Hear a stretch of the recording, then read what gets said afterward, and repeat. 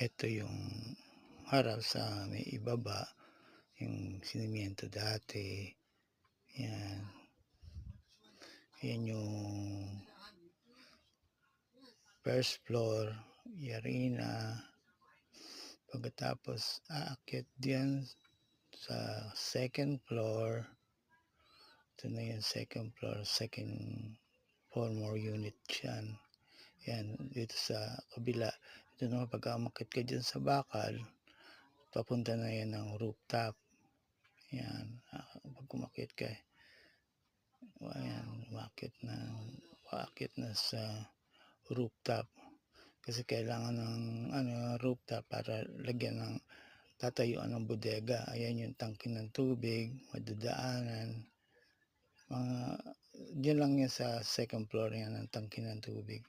Hindi naman kailangan doon sa rooftop ng tangke. Pero maglalagay din ng ng parang kitchen kasi pwedeng pagka magpa-party, pwedeng yan, babakuran yung itaas na yan para paggawa ng event diyan. Kailangan may bako diyan, kung hindi magkakalaglag ang taas kasing pantay din ng kabilang building mas marami yung kabila 10, ito 8 lang yung bahay ni Ina, yan, kasing taas na rin ang bahay ni Ina, yung lumang bahay. Yan malaki ring anuhan yan pag gaganapan ng event para hindi doon sa baba puro puro gamit din yan, naglalagay diyan kaya may mga bakal para may paabang. Ngayon tingnan mo halos kasing pantay na rin ng mga kapitbahay.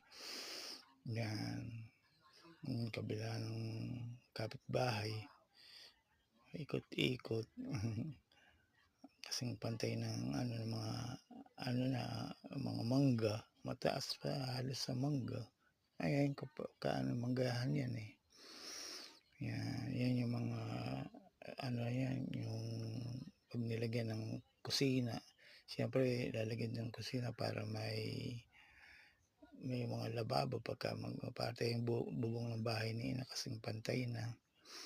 Hanggang dito na lang, sa susunod na lang ulit pagka nangyari na yung second floor. Ito yung rooftop, ito yung pinakabubong ng second floor.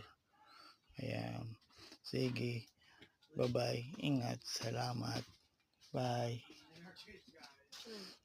Yung nilalagyan ko ng voice over.